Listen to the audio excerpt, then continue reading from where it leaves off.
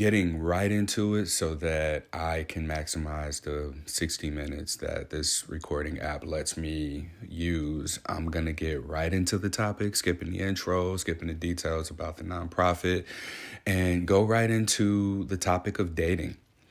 I, at this point, have had genital HSV2 to my knowledge for, I believe this is my 9th year. I'm 33. I would have found out at age 20. Wow. I think it's 10 years. Regardless, the entirety of my dating life has really looked the same. I think that herpes has made me more assertive in dating. And I say that because not only do I need to or feel this moral obligation to initiate a conversation disclosing my herpes status, but also identifying someone who is worth me putting myself in that vulnerable space to disclose to. And I'm going to talk about this in therapy soon, but I recognize a consistent pattern in my own dating history has been that I have this avoidance of rejection. And over the years, I remember the first blind date I went on, y'all. I was with my friend Nick. He unfortunately passed away when we were young in a tornado that happened in Missouri. But I remember that he was seeing this girl and she had a younger, like, half-sister. He was a year older than me, and she was a year younger than her sister. So we go to the movies after having talked for a long time on the phone, and, like, we'd be on 4-way or 3-way or whatever. Oh, my God. Just taking me back. So we finally meet in person. We get dropped off at the movies. And, like, I was so certain. I remember this. And this is the first time I'm even thinking about this since I don't know how long ago. But I remember I saw her. She came around the corner. And I just took off running, y'all. I just took off running. And I can't remember much after that. I don't remember if we kept talking or what. I don't know why, y'all. But I was just, I already talked to her and I was scared. But as an adult now, linking the most recent occurrence that I've had with something like that to the first time that I can remember it, I think that had to do with me not wanting her to see me and then reject me. Like, I was so invested at that point because we've talked so much and, we were kids. I'd say I was probably like 11, 12, 13 years old. However old you are when you get dropped off at the movies. I know it wasn't in high school. It was like probably middle school. And so, yeah, I didn't really understand why I did that. But the only thing that I can think of was just like, I was insecure. I was insecure to the point of avoiding rejection. And regardless of how often that we talked on the phone, and now this was before dating apps, and we went to different schools, so it's not like we saw each other every day. So we didn't really have ways of sending pictures. It was like you had to take your friend's word that the person was cute, and then you're talking, you get invested, and then you meet. And then they don't look like, or if you don't look like what the other person expected, you run the risk of rejection. And I don't know, man, I just took off running. And the most recent occurrence that makes me think about the avoidance of rejection that I had is now having herpes and being open about it. I recognize, and I've spoken about this before on podcast episodes, that my openness and being public about it is a way to avoid anyone who's going to reject me intimately or from dating because I have herpes, because I'm open about it. And not only that, but I'm open about it for a good reason. Like, I help people with herpes who at the extreme end of the spectrum want to kill themselves, right? So my work essentially is suicide prevention. I had this traumatic thing happen and I flipped it into something that actually does some good in the world. And so when I disclose my herpes status to a person, the person doesn't hear, "Oh, you have herpes." They hear the undercurrent of my disclosure being, this is the kind of person who a bad thing may happen to, but he's able to do something with it. They hear he's a good person. They hear he has integrity. They hear, if I've been doing this now 5 years, they hear consistency. Like, they hear things that trigger the connection response to what they may be looking for in a partner, whether that be long term or whether that be like just an indicator of safety, right? So most recently, and enough time has passed for me to be able to talk about this now, but someone I met, we've known each other, kind of. We connected and we went out. We had a great time. And I recognized how I like a person, like when and how I like a person is when I feel safe to really go into detail, answering the question, how are you? So if I feel like I can tell you this thing, I can tell you what I've been working on, what I've been reflecting on, and I feel listened to and I feel like you heard me, I fall in love. Like that's how you get me, because then that shows me that you're trustworthy of me to open up to. I can't tell you how many people ask me how I'm doing only to assess whether or not I'm in a place where they can get whatever it is that they need to say off. And that's really the intention behind it. So we had this connection that I felt, and I was like, damn, I really like this person. And at the time, I was working with my therapist on not just having sex on the first date. Well, I wasn't working with my therapist on that. He just invited me to consider not doing that anymore. And so we go out, and, she knows what I do. She follows me on social media, and she won't hear this podcast because she don't listen to it. A lot of women, so I think I noticed that I date women who don't listen to my podcast. There's been one person that I know who would listen, who would have listened and like comment, and we've had a relationship, but that's ended now for a couple months now that I think about it. So if you're listening, what's good? I ain't heard from you. I feel ghosted, but it's all good. I know you got a relationship that you're working on and maintaining, and I see your stories. So hi, I hope you're well.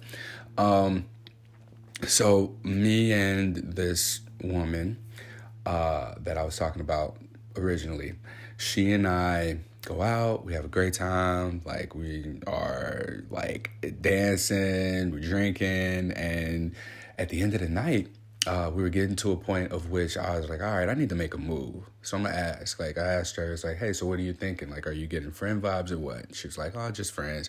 And this was shortly after I made like a sexual comment, and it was like received very well. I was like, damn, okay, well, all right, that's fine. So we go on about the night, dance more, and like people talking to us, socializing and all that stuff. And then at the end of the night, we go home together. So I assumed that what would have happened was, because she lives pretty close, we would have Ubered to her place and I would have just walked home.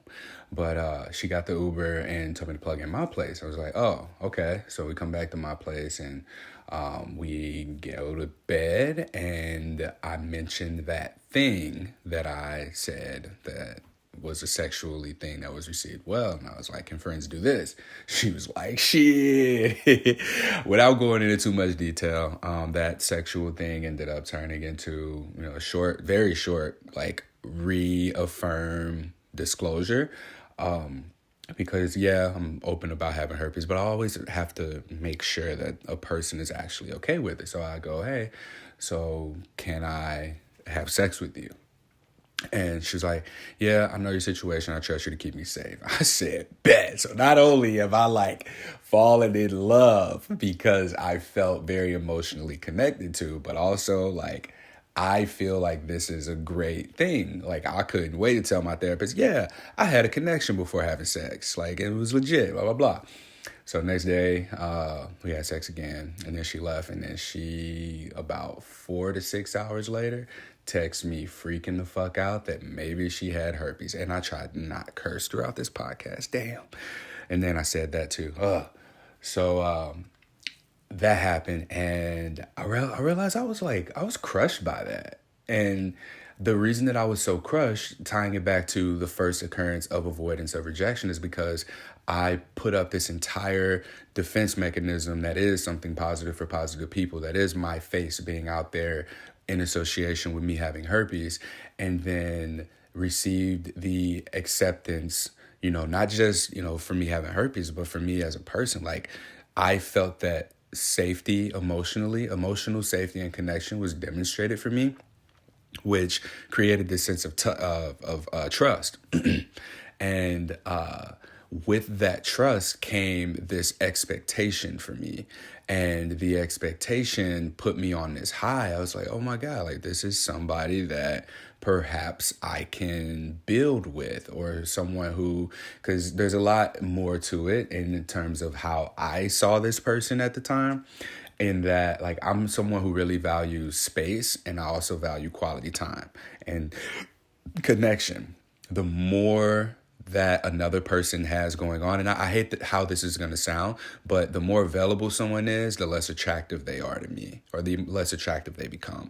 And I say that because I have a lot going on, and I need my personal space, and I have a history of becoming enmeshed in relationships to where one of us is always doing what the other person is doing, and like we treat that like quality time. That's not quality time. What that is I'm a person who has my routine. I have my things that I do. I do yoga. I go to the gym. I like to just play video games. I might want to watch anime. And if you're someone who isn't inherently into those things, then it doesn't feel like quality time. It feels like taking away from my recharge time. And I'm sure a lot of people can relate to that in other ways as well. But I found myself, not just a partner doing that to me, but also myself doing that to a partner, being all up in their space like that. So it has become very important to me to have my own thing going on. And so this person seemed to like check a lot of these boxes, not to mention the sex was fire.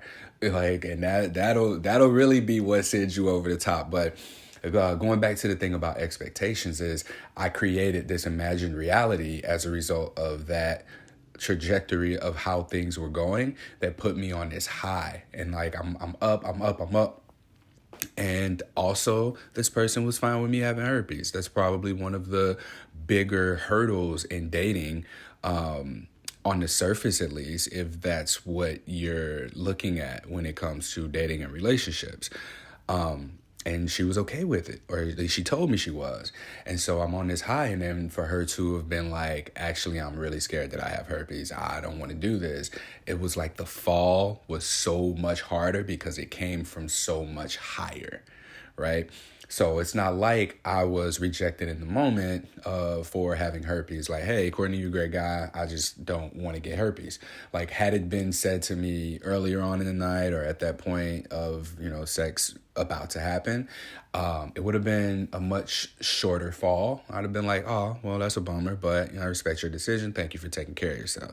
Thank you for taking care of yourself is the absolute best response to any sort of a rejection. But we also have to, and this is a separate topic, I don't want to get too deep into this, but recognizing rejections and receiving it in a way that, or even if you're rejecting someone, offer an alternative. If you still want to be with someone in a way that, they say, all right, well, can I fuck you, is what I said to her, rather than, perhaps just complying out of fear of harm or not necessarily feeling safe. Because, these are things that women actually deal with and go through in their head. The response of, well, I don't want to have sex, but we can make out, right? That was something that probably could have been said if someone is on the receiving end of a rejection, if she would have said something like that, or she was just like, no, I'm not actually okay with this. And I could have been like, all right, well, thank you for taking care of yourself. Like, cuddle, talk, go to sleep, wake up, and then we'll go to breakfast or something like that, right? So I'm not oblivious to the fact that perhaps there was some pressure, perhaps there was alcohol involved, perhaps there wasn't attraction like that. Perhaps, she was just horny in the moment and I was there. So there's a lot of factors that play into this. And I also, I would have rather it been under circumstances where a lot of those potentialities could have been eliminated with, let's say, sobriety. If we were sober and had that conversation, or if a not right now was in place. So like I made it a point now, first time hookups, there will not be alcohol involved. Like that's like a new thing for me, having gone forward from this and talked through it out loud. So that all said, this is a very powerful lesson for me in dating because it very much hit on a consistent pattern that I have, which is this avoidance of rejection. Like I avoided rejection and then it still happened. Like it's gonna be inevitable. That is sort of what this dating game is.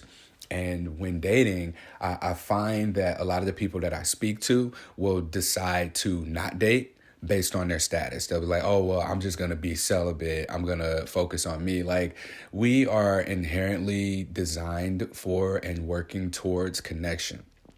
People that reach out to me, they are reaching out for a temporary fill-in for a void that they're looking to be filled by a partner, a relationship. It's cool to be independent. It's cool to be on your own. But at the end of the day, we all want that person or a person, some people that we can not only experience, but also allow for ourselves to be experienced. I used to host a podcast called Self, and the idea behind it was self-exploration, self-discovery, self-expression, self-education. So it was all of those things, like ourselves to be able to be expressed and experienced.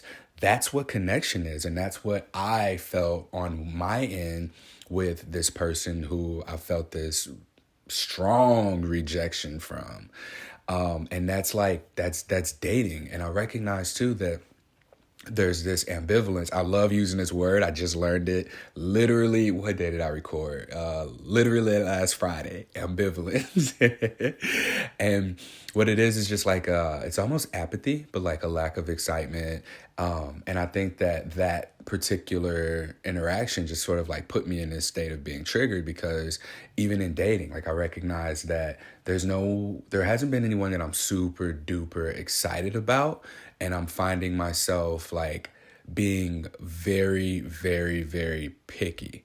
And my choice in dating, and this ties into what I was saying about other people who make the decision to be celibate, right? So as a defense mechanism, choosing celibacy could be out of fear of rejection as well, to choose not to date, to choose to get off dating apps, to choose to make yourself unavailable when the reality is you are unavailable because you are unwilling to experience the rejections that may come through dating. And take into consideration, like for me in my case, yes, I have herpes. Yes, that could be the one thing that kept me and this woman from moving forward with more intimacy or relationship or sexual relationship. But the other thing too is that maybe she just didn't like me that much. And I'm using myself here as an example, but this is a lot more common than you think. A lot of people are in relationships with people who have herpes. A lot of people have herpes and are actively dating and not having issues with disclosing. And we also just need to take into consideration, just briefly play with the idea that maybe not only is that other person not super attracted to you, but maybe you're not even attracted to them. Maybe they're just accepting of a thing about you that you have a strong insecurity for, and because of that you feel this high quality sense of connection. let's say for me, I've had financial insecurities, and this is something that I've been very open about. And when I find someone who doesn't depend on me financially, it's like, cool, that's one less thing I don't have to worry about. Like, I'm not asking you to take care of me. I'm just saying I have to be at a place of being able to take care of myself. So dates look a certain way. We might go do these things that are free or don't cost. If I really like you, like, I'm gonna go eat, so I might as well, we can just eat together. And I'll pay. Like, these are the kinds of things that I have understood about myself when it comes to financial insecurity. When it comes to the insecurity around herpes, I think that I've done a really good job of just getting that out there rather early. And even in like on my dating profiles, it's been on my dating profiles in various creative ways. And it's warded off people who might match with me. We chat, they start to think, oh, okay, well, he cool, blah, blah, blah. Oh, wait, he has herpes. I don't want any parts of that. And those aren't the people that are for me, because not only do I have herpes, I'm also open about it. So whoever it is that I'm with also has to be secure in who they are enough to be able to be in a relationship with somebody who is open about their herpes status. And it also takes a certain level of emotional intelligence to be able to receive that well, and handle that, because like that's, I think that I've recognized that I'm very demisexual. I can have casual sex. I can have sex without the connection, but it gets so much better over time when I feel emotionally safe, because then I can open up and do more. I'm a big black dude that often dates outside of my race, so I need that safety there before I can really go into certain kinds of play or anything that's going to leave marks and bruises. Because you can run, I live up the street from a police station, y'all. You can walk out of here, run up the street. Help, look, he did this to me. He had these red marks around my neck. He slapped my ass. Like, all that stuff. Like, these are actual things that I think about when it comes to dating. And there's so much more depth to it as well. But I think that these kinds of things really just get overlooked by the fact that and I'm saying this, we as people who primarily listen to this podcast are people who are navigating the world having herpes. Don't close yourself off from having what it is that you want. Be honest with yourself. Like, and I mentioned this ambivalence, like meet ambivalence with intentionality. That's the last episode title. And I'm recognizing that I have for a very long time been unintentional with my dating, because my underlying intention has been to avoid the feeling of rejection. Someone that we just ended our casual relationship. She closed her relationship with her partner, and we're still friends. And we were having this conversation about rejection, and she asked me two very powerful questions. One was, not why are you scared of rejection, but like, what does being rejected look like and feel like? And also, what does something essentially that made me trigger the thought of, what does that mean about me if I experience a rejection? And she told me not to answer the question. I didn't answer it. I instead decided to just like sit with it, reflect on it a little bit, and then I got distracted. So this is me processing that out loud. What being rejected feels like to me is I'm not in high school anymore, right?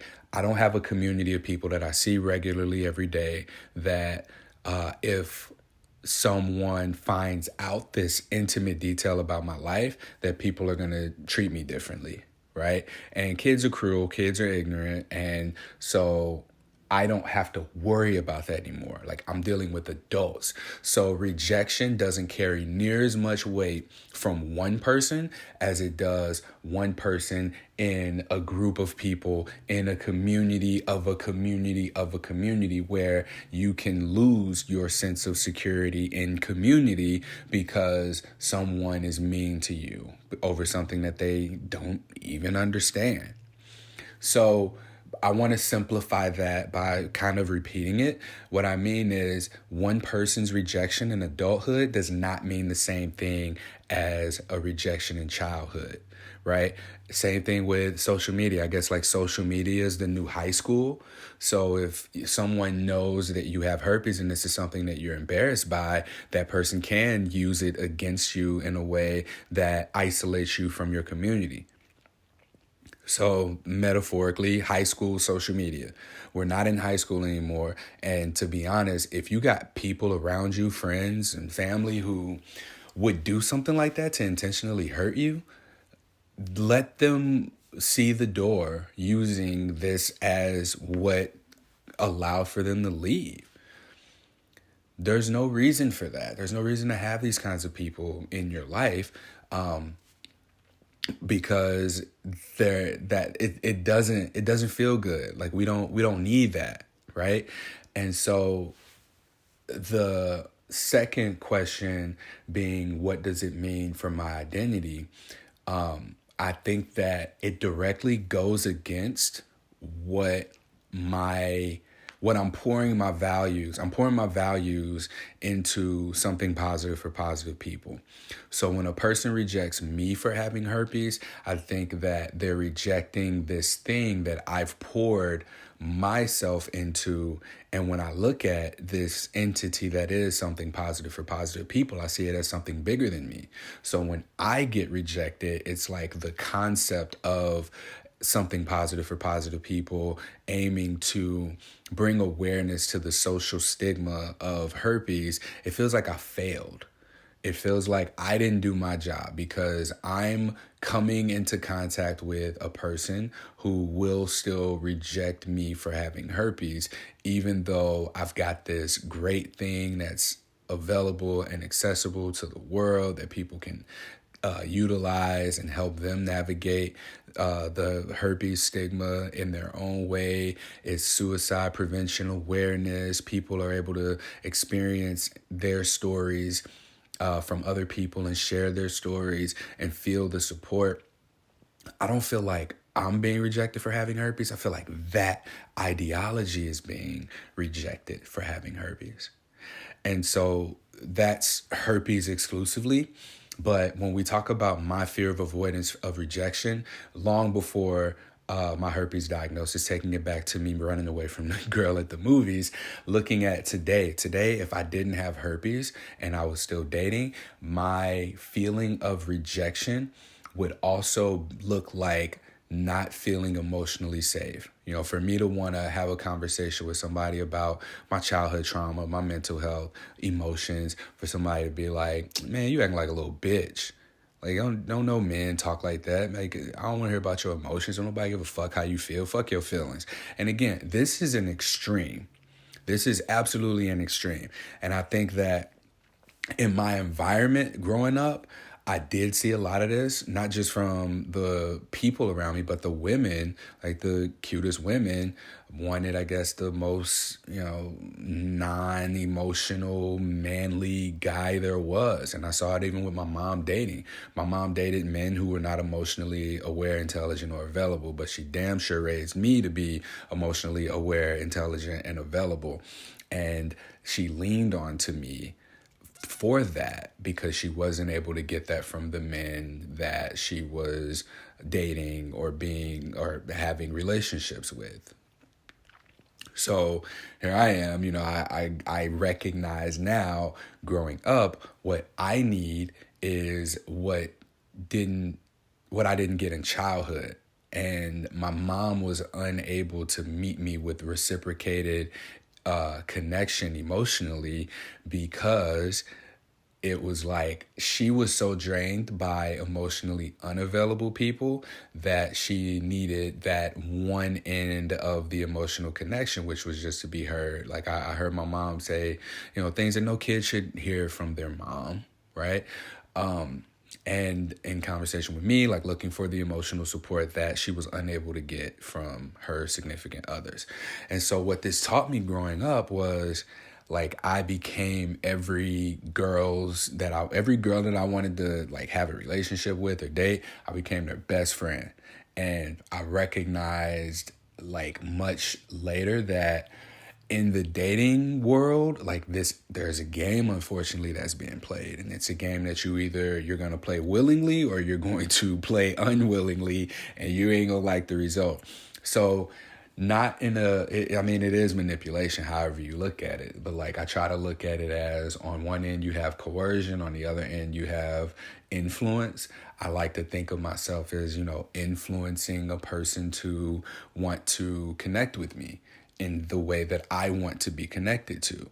And that, again, I'm wanting to keep this themed with my experience in a way that hopefully enables you and inspires you, see what I did there, to be able to see how your most recent dating experience that triggered you went versus the first dating experience that you can recall having triggered that same feeling within you. If you're able to connect the most recent trigger to the initiation of the trigger, you get to see, it's like being in the Matrix. You see every relationship in between. You know exactly why things happened the way that they did. You know why some things worked out, some things didn't work out. You know why you felt good about some things, bad about others. And that's what I'm hoping that you receive from me sharing here as I process this as best I can, given that this is, again, the first time that I've spoken about this. So I talked about like having herpes and being rejected for having herpes. To me, feels like a rejection to everything that I've done over the last 5 years with something positive for positive people. I feel like rejection invalidates my work and my affirming that people can have active sex lives and dating lives despite having herpes. People are going to be accepting. The right kind of people are. And I feel like I'm living an example of that. I am very enmeshed with my identity as H on my chest, the founder, executive director, podcast host of Something Positive for Positive People. So when Courtney, get rejected, that's who feels it. And so much of my identity is tied into that it hurts. It hurts because it's an invalidation of my identity, because that's where my identity is tied to.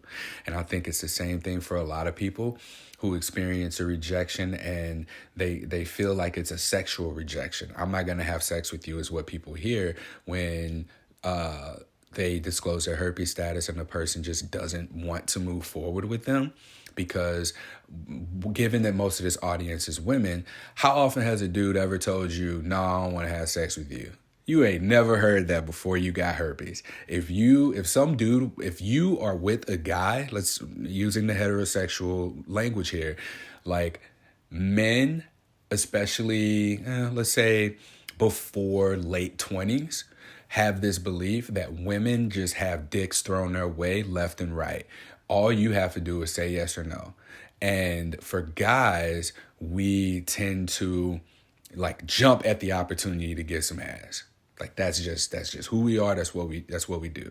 So if that same logic is applied to your cisgendered heterosexual woman who receives a herpes diagnosis, discloses her status to a guy who never turns down sex, and then is turned down, like so much of that is invalidating because it's like, oh, guys never turn me down. Like, oh, guys always say yes to sex.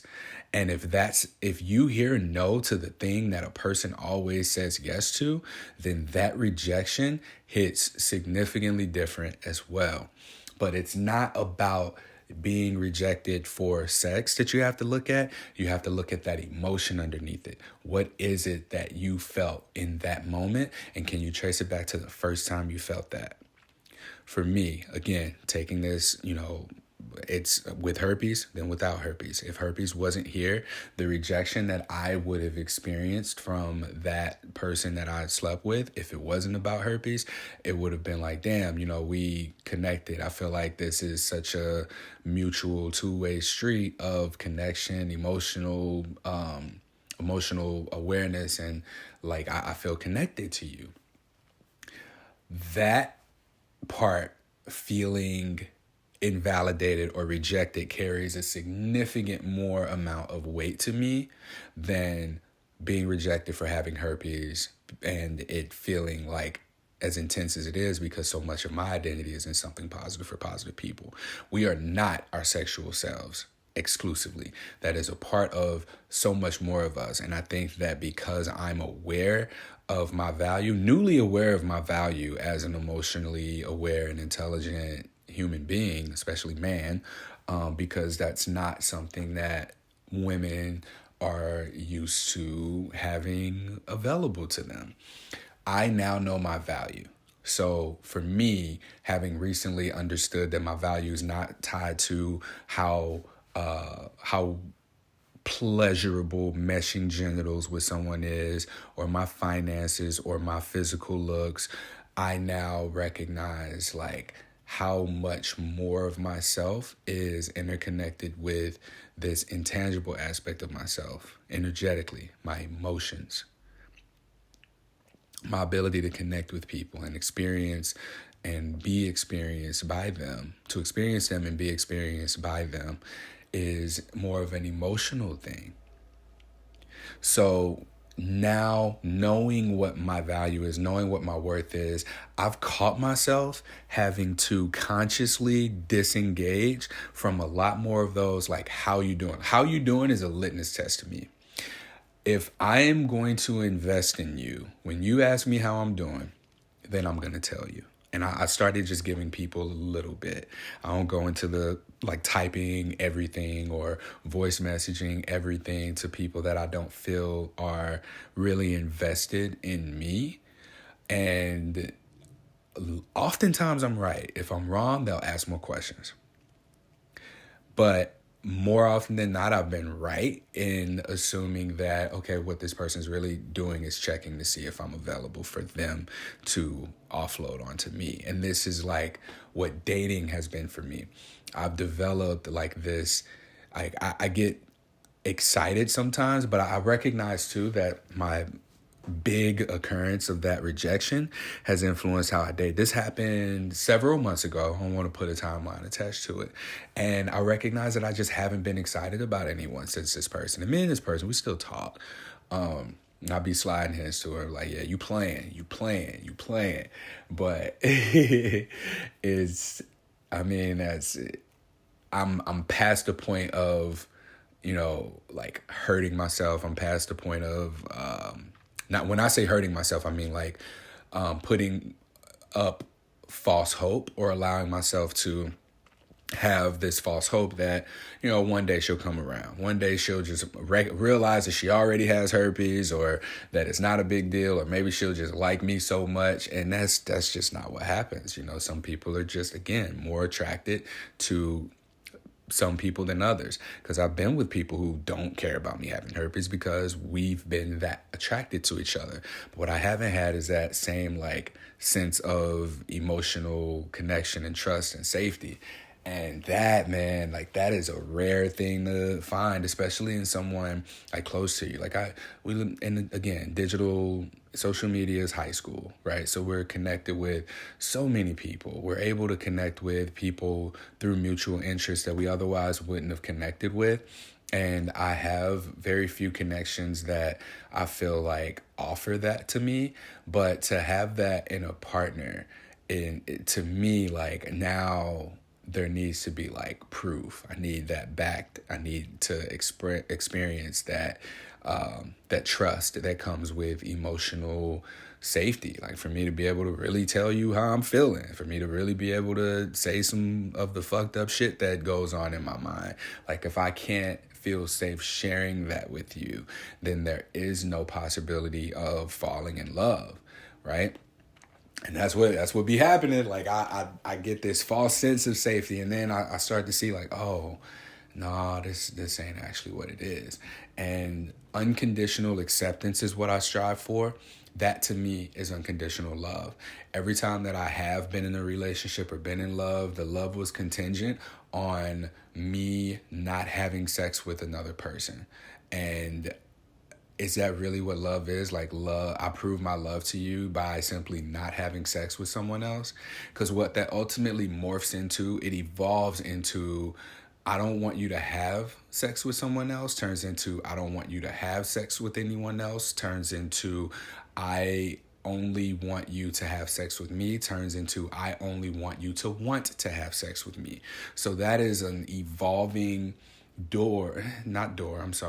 that evolves and elevates to being so much more of like this lie, essentially. Like, you gotta lie to yourself. You're putting energy into lying to yourself in order to be in love, in order to receive love from someone.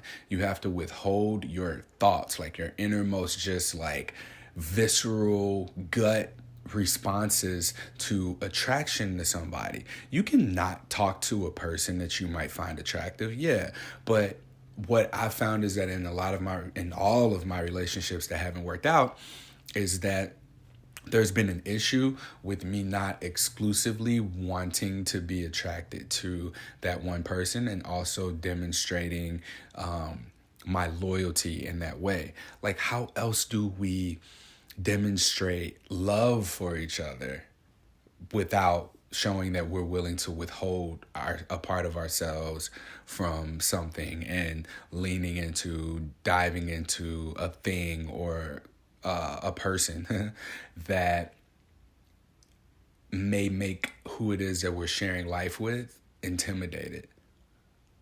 So these are things that I've struggled with in dating personally, is not receiving unconditional acceptance. Like, at one point in time, y'all, I was seeing 11 people. I did the math. Like, within this time period, I had 11 regular relationships, like conversations and texts, and like, we didn't all see each other because some of these relationships were a little bit longer distance. And as I started to like obtain clarity on what the relationships were, some went away, some transformed into friendships. And that's not the case now. I'm not seeing 11 people anymore. But I also had to be able to differentiate between, what's a friendship where intimacy may be involved, or we may have sex that might be on the table, versus relationships. And so there are far fewer relationships that I have now.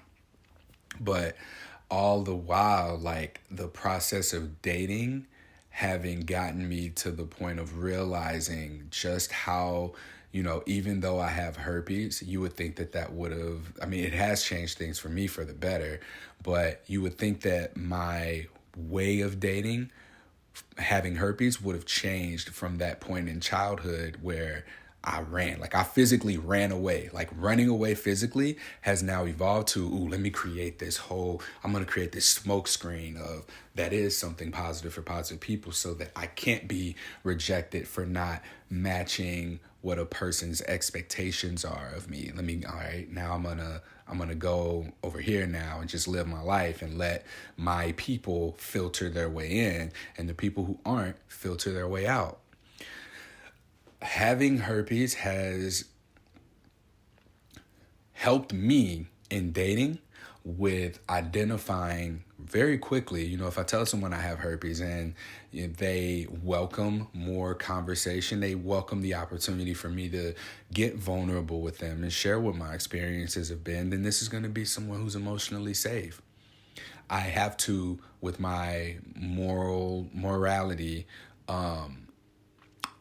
share my status with them, as well as ask them about their testing practices. So it's helped me become a healthier communicator.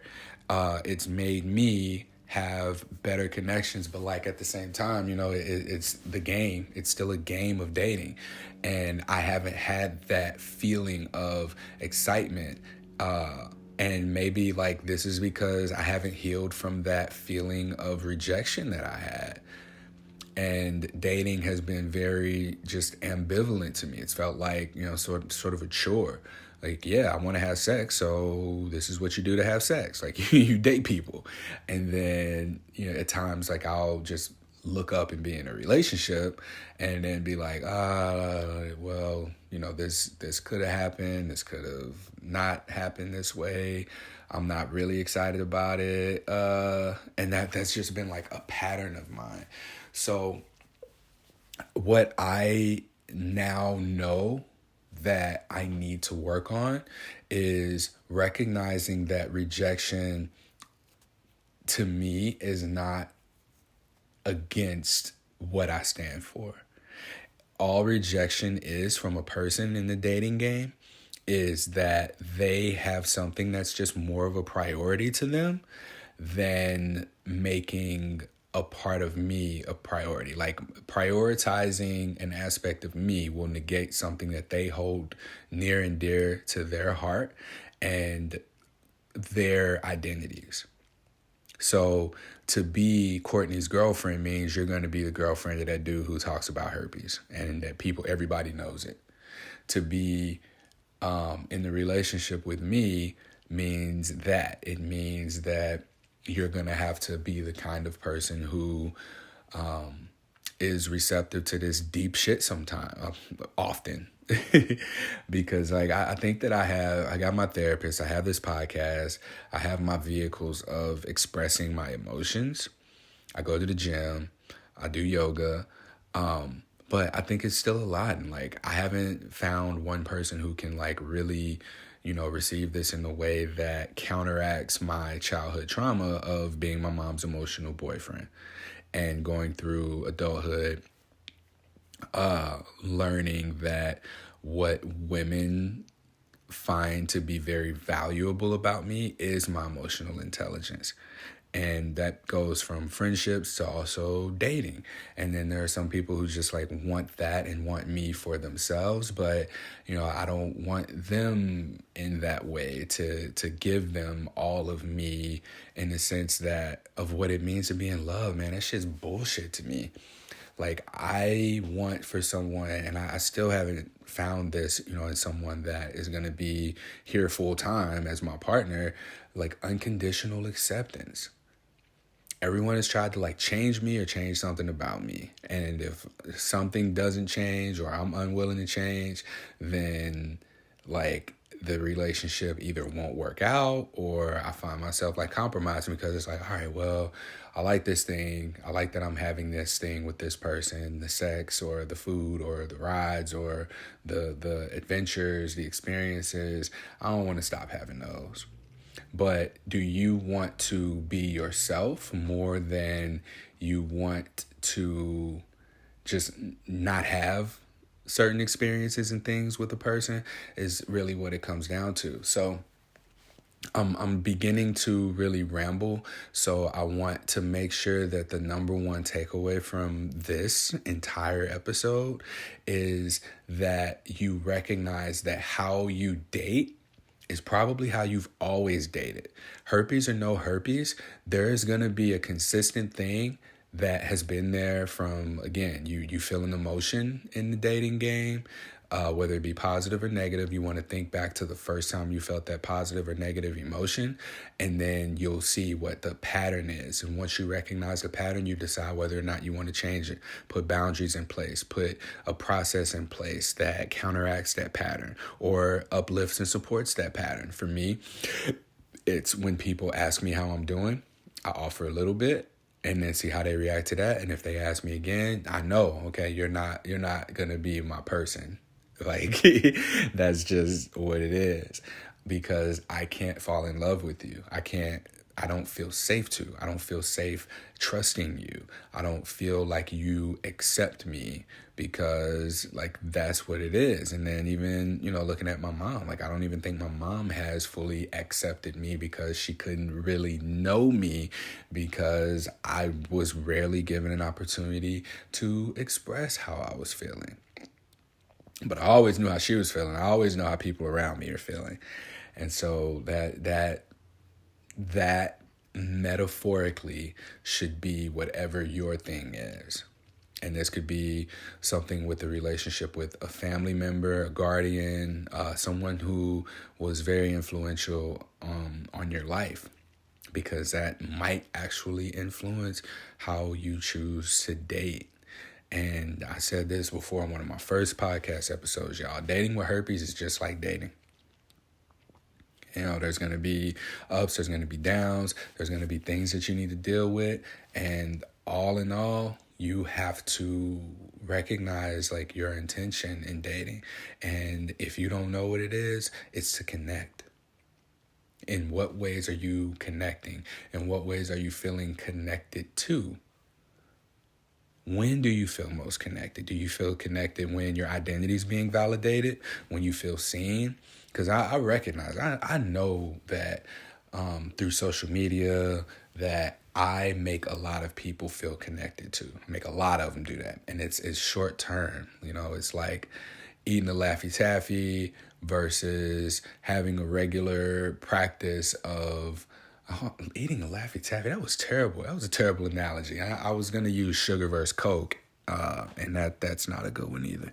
But dopamine versus serotonin, I think one's short term, one's long term. I offer people dopamine hits, whereas I hope that these dopamine hits inspire people to put practices in place that allow for them to have serotonin consistently flowing through by giving them the opportunity to recognize their availability, their capacity to date, and then be able to welcome in the kind of people that can calm their nervous system so that they can naturally produce that serotonin. You should be with people who are easy to be with and that you're excited about being with, that are excited about being with you. Like, I recognize for myself, like, I don't have that excitement.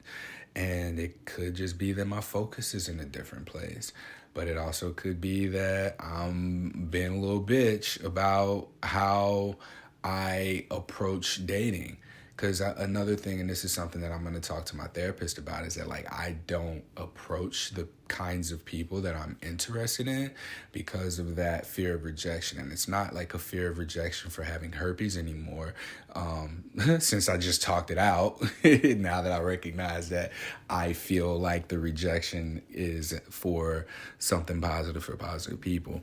It's a rejection that it validates that all I'm good for is being a placeholder for being, you know, someone that women can come and get the emotional support from, a substitute rather than a person that they actually want it from. And that's kind of been my story with dating unavailable women. And I say unavailable in the sense of, like, I've dated women who were single, who were open, but, like, always had, like, a guy that they got from me what they wanted from them.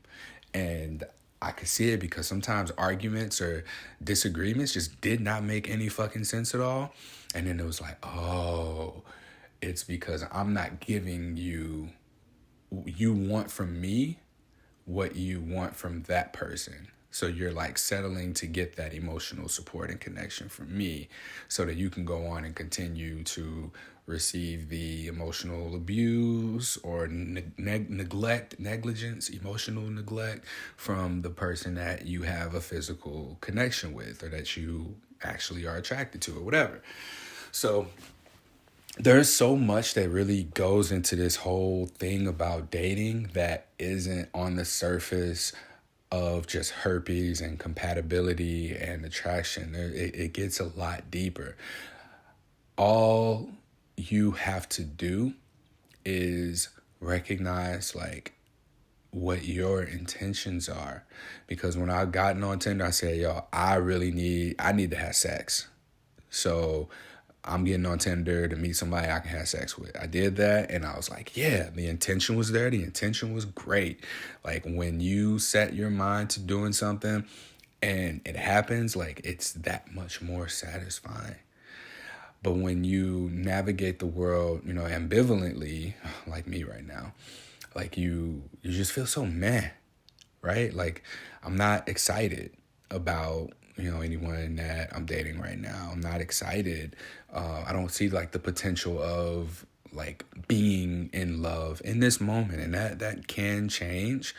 But I'm just, like, really recognizing that dating is a matter of intention. And if you don't have that intention, then you won't be able to pull your focus into the things that you need to work on within yourself. in order to be the kind of person who is capable of enduring the ups and downs of playing in this game. Like getting ghosted. I heard being ghosted is like the most clear, concise definition of being ghosted is being dumped without knowing that you're being dumped. And I was like, whoa, that is so good. And it can be for a number of reasons. It can just be that, maybe there is an insecurity that is just like radiating from you that you're completely unaware of. And it just shows up through your habits or something, because it could be the same thing with me. And my insecurity of, being rejected may keep me from making approaches to the kinds of people that, I would be excited about dating, or that I would, be able to potentially fall for and fall in love with. I hate even like saying falling in love with, but I just know that like, I know that I need to talk about this in therapy. So I'm looking forward to it tomorrow. And then, what I'll do is I'll come back and share the conclusion. I honestly thought about recording this next therapy session that I have to have, but I know that I'm going to say some shit. He going to say some shit that we don't need to have recorded for the world to hear, because somebody come back and use that against me and be like, Courtney, but you said. Yeah, I said it. That was some shit that probably shouldn't have been heard by the rest of the world. I thank you for listening to this point. And I really do hope that you are able to take something out of this, that dating with herpes, man, it's just like dating. Whether you have herpes or don't have herpes, there are just compatibilities, attraction, incompatibilities, unattraction, and like the understanding of what you keep coming against in your dating and linking that to the very first thing that made you feel the same way. Like, look at the feeling. Don't look at the situation. Look at the feeling, because that feeling can be triggered by a number of different situations that all have one underlying emotion. And if you start to feel that, like, you got yourself a damn good radar for being able to recognize and identify these potential, incompatibilities with a person. And then go on about your business. Like they don't need to enter your space if you're already aware that this is someone who doesn't belong here. And I say this out loud because, I need to hear this myself. I need to practice what I preach. And so, I've condensed and really gone down on the number, I've gone down in that number of how many people it is that I'm seeing, and just like giving more energy and connection to fewer people. But like, I even asked this question myself, why do I need so many people? Because even now, after condensing, I'm like, but I still need this. Like, I don't have something. And this is what it is that I'm hoping, talking through this whole thing about rejection will get me through, is being able to identify and approach with assertiveness, like the assertiveness that I got from having herpes, of having to initiate a very challenging conversation.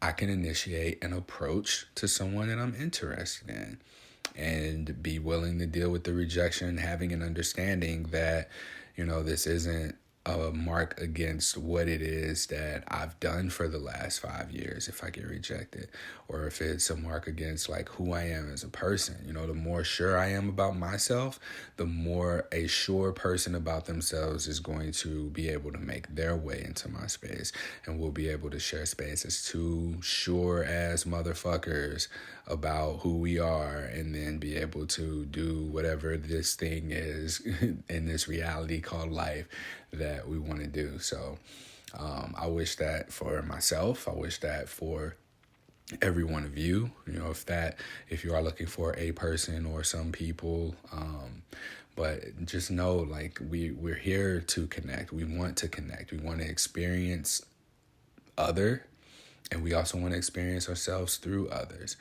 And so, like, with that understanding, like, please don't isolate yourself. Don't let choices be made for you in terms of like how you choose to date, how you choose to connect with people. Be proactive and make that choice. And if you're feeling ambivalence, if you're not excited to be with someone, however it is that you are mutually agreeing upon being with one another, don't do it. Don't do it. And the way to counter that ambivalence, again, is with intentionality. So go into it intentionally. Know what you value. Know what